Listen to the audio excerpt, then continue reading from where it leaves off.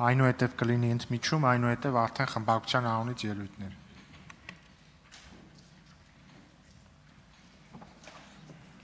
Շնորհակալություն, ազգային ժողովի մեծարգո նախագահ, հարգելի փոխոսնակներ, հարգելի գործընկերներ։ Պարոն Մեսրոպ Մանուկյանը ցավոք էստեղ չի, հուսամ մեզ հետևում է, որտեղ այստեղից performance ցուցադրեց, շատ հետաքրքիր էր, վերևում նայում էինք, անչափ հետաքրքիր էր, խոսեց այդ performance-ի ընթացքում նաև մարդու իրավունքներից, քաղբանտարկյալներից ու մնացածից։ Խնդրում եմ օպերատորներին մոտիկացնեն, մի քիչ զում անեն, մի հետաքրքիր performance էլ ես եմ պատրաստ։ Հատուկ մեր են քաղաքացիների համար, ովքեր տեսողական խնդիրներ ունեն, տեսանյութում տղամարդ է, որի վզից ջնջիլ է գցած, եւ նրան մի ուրիշ տղամարդ ման է ածում, տանմա ջուր խմելու, հետո տանմա ուրիշ տեղ։ Այս տեսանյութը դուք էլ նայեք, Հայաստան խմբակցություն նայեք, լավ նայեք։ Այս տեսանյութը նկարահանվել է 2000 թվականին, նայում եք։ 2000 թվականին գեներալ Մանվել Գրիգորյանի ապարանքներում, իդեպ Մանվել Գրիգորյանը մահացած է, չի ուզում իր մասին խոսել, բայց իր նախկին օգնական այստեղից որ պերֆորմանսներ է անում, չեմ կարողանում ինձ զսպել։ Այս տեսանյութի մարդը գիտեք ով է, որ վզից ջնջիլ է գցած ու ձեր գործընկերոջ ղեկավարը ման է տալի։ Գիտեք ով է։ Աշոտ Իսախանյան, ազատամարտիկ, 90-ից 94 թվականներին մասնակցել է Ղարաբաղյան առաջին պատերազմին, 5 անգամ վիրավորվել է, ինչի համար, որ գա ու ձեր գերագույն ղեկավարի Ռոբերտ Քոչարյանի կառավարման տարիներին, ձեր գործընկերոջ ղեկավարը Մանվել Գրիգորյանը իր ախրանայի հետ վզից ջնջիլը գցի, տանի ջուր խմելու, տանի բանալ, Սևակ Խաչատրյանը Էջմիածնից է, չէ, այստեղ չի, օրինակ ուզում եի Սևակ Խաչատրյանին հարցնեի, հեչեղել է, որ Էջմիածնով քայլեք ու տեսնեք, որ Մանվելի ախրանան փողոցով վզից ջնջիլը գցած մարդ է ման տալի, ասենք, եղել է տենց դրվագ ձեր կյանքում Էջմիածնում, թե չի եղել։ Հարգելի Հանրապետական կուսակցության նախկին ու գուցեև ներկա անդամներ, sense դրվագներ տեսել եք, առնչվել եք։ Պարոն Ղազարյան, Հանրապետական կուսակցության անդամ եք եղել, մի հատ ելույթ ունեք, ասում եք, մենք հանրապետականն ենք, ուժեղ, չգիտեմ ինչ ուժ, էս է եղել ձեր ուժը, էս է եղել ձեր ուժը։ Մարդու իրավունքների մասին ձեր պատկերացումները գալիս հանգում են այս ջնջիլին։ Երբ որ դուք գալի մեզ այստեղ մեղադրում եք մարդու իրավունքները խաթարելու մեջ, երբ որ դուք այստեղ գալի մեզ մեղադրում եք ինչ-որ բանի մեջ, միշտ հիշեք։ Մենք քանդել ենք մարդկանց վզին ձեր կողմից գցած շղթաները։ Ընդ որում բառի ոչ միայն փոխաբերական, այլ նաև ուղիղ իմաստով։ Ուղիղ իմաստով ժողովուրդ հասկանում եք, սա 21-րդ դարում տեղի ունեցած բան է։ Հիմա աֆրիկյան երկրներում, երբ որ խոսում են ստրկատիրության կամ բանի մասին, դեռ տեսանյութեր են ցույց տալի, բան են անում քանի 100 տարի առաջվա։ Դուք այս ամեն ինչը Հայաստանում արել եք 2000 թվականին։ Ու նկարել եք, հասկանում եք, նկարել եք, որ հետո նայեք, էլի դա ինչ որ սադիստական ուրիշ բան է, որ բան արվի, որ հիշեք, որ հիշողությունը լինի, լավ հուշ լինի, օրինակ մենք ընկերներով միտեղ, չգիտեմ, գնում ենք ռեստորան, միտեղ նստում ենք, մի բան ենք նշում, նկարվում ենք, որ հիշենք, դուք ես եք նկարել։ Ձեր լավ հիշողությունը էս է ձեր լավ հիշողությունը։ Ձեր այդ բանը, որ մարդ ես նոստալգիկ նայում ես, ուզում ես մի լավ բան հիշես, էս է ձեր այդ լավ հիշողությունը։ Տիկին Գրիգորյան, դուք էս խմբակցության ղեկավարն եք։ Պարոն Կարապետյան, ձեր խմբակցության կեսը ստեղից է։ Այստեղից է ձեր խմբակցության կեսը։ Պարոն Ֆարմանյանը, վերադառնալով պարոն Ֆարմանյանին, ասում է, ես իմ անձնական կարծիքը երբեք չեմ փոխում, ճիշտ է։ Ստեղից հայտարարեցիք։ Դա հայտարարելու հետ մի քանի րոպեվա տարբերությամբ արել եք հետևյալ հայտարարությունները։ Կոռուպցիոն դրսևորումներ պեկում չեք տեսել եւ դրանց մասին չեք լսել։ Ասել եք նաև ձեր անձնական կարծիքի շրջանակներում, որ ապօրինի գույքի բռնագանցման մասին օրենքը ական է տնտեսության տակ։ Այդ էջը անցյալի էջը պետք է փակել։ Ասել եք, փաստացի դուք ձեր կարծիքը ունեք, որը երբեք չեք փոխում եւ չեք էլ փոխելու ապագայում։ Այստեղ շատ խոսվեց մեր ցուցակի 122-րդ համարի մասին, որը իդեպ, երբ որ մարդու մասին խոսում եք ու ինչ-որ պերֆորմանս եք ներկայացնում, գոնե իր զբաղեցրած պաշտոնը ճիշտ կարդալ իմացեք։ Կա մաքսային հսկողություն եւ կա մաքսային վերահսկողություն։ Ու պարոն Ֆարմանյանը, ինձ թվում է, ձեզ կբացատրի դրանց տարբերությունները։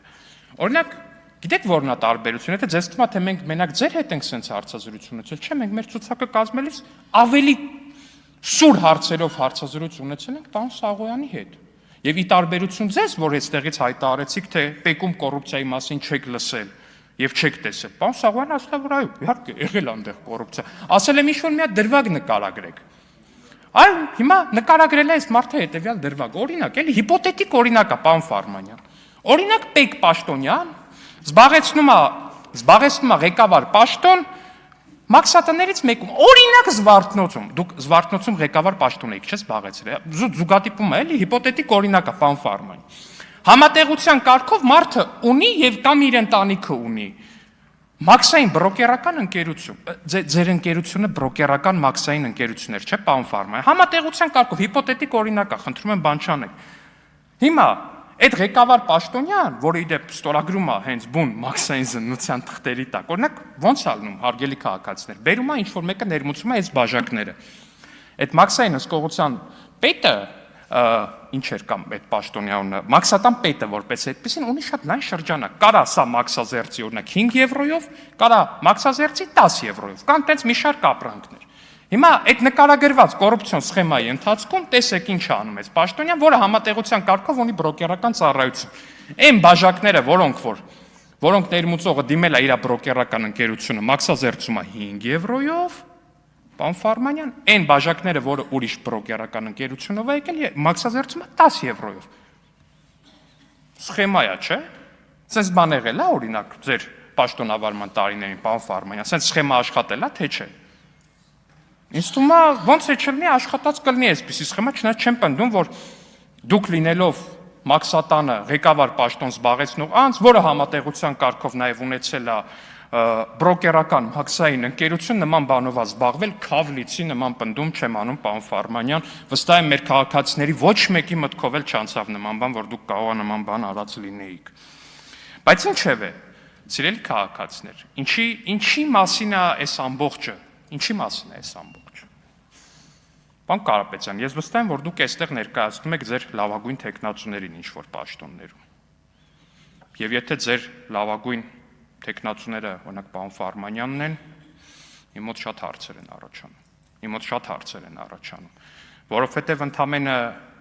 մի նիստ տևեց, որպեսզի այսպիսի հետաքրքիր եզրահանգումների մենք գանք։ Շատ հետաքրքիր եզրահանգումներ։ Ես իհարկե հասկանում եմ, թե դուք ինչ եք փորձում անել ընդհանուր գլոբալ քաղաքական առումով։ Դուք փորձում եք կրկնել այն բոլոր թեզերը, որոնք որ մենք ասում ենք, թրիփի մասով։ Դուք փորձում եք կրկնել այդ թեզերը ապօրինի գույքի բռնագանձման մասով։ Դուք ունեք շատ լավ աշխատող back office, նստած այն իսրայելցի քաղտեխնոլոգները, եթե դեռ աշխատում են կամ չեն աշխատում, չգիտեմ, բայց այնուամենայնիվ այդ մարդիկ աշխատում են, այդ մարդիկ ձեզ տալիս են այդ թեզերը, բայց խնդիրը գիտեք որն է, պարոն Կարապետյան, խնդիրը արժեքային անհամատեղելիությունն է, որտեղ ինչքան էլ իրանք ձեզ թեզերը գրեն ու ճիշտ տան, միևնույն է պարոն Ֆարմանյանը, երբ որ ստեղ է իրան համապատրաստից հարց է գալի, ապօրինի գույքի բռնագանձման մասին օրենքին ո՞նց է վերաբերվում, պարոն Ֆարմանյանը միանշանակ ասել է վատ, դա պետք է չեղարկել, ոնց, բա մեր ղեկավար Գագիկ Խաչատրյանից տները վեկալ եք, ես չեմ հասկանում։ Այդտենց է ալնելու, պարոն Կարապետյան, այդքանը հիշել չի լինի, որտեղ մեր դեպքում, երբ որ մենք այդ ամեն ինչը ասում ենք,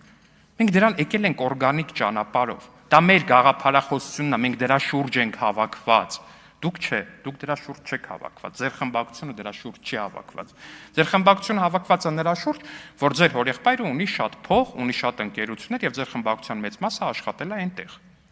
Դրա շուրջ է հավաքված ձեր խմբակցությունը։ Ու հիմա այս համաբանը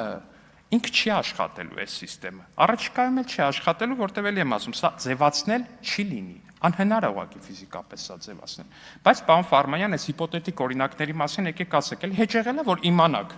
մարդը մաքսատանը ղեկավար պաշտոն է զբաղեցնում, ունի մաքսային բրոկերական ընկերություն ու բան անում, տենց փող է աշխատում, էլ իր բրոկերական ընկերությանը պասեր է տալի։ Ու առհասարակ այն մարդիկ, ովքեր որ չեն դիմում իր բրոկերական ընկերությանը, շատ ծանր պատժվում են մեծ մաքսատուրքերի վրա։ Ու նաև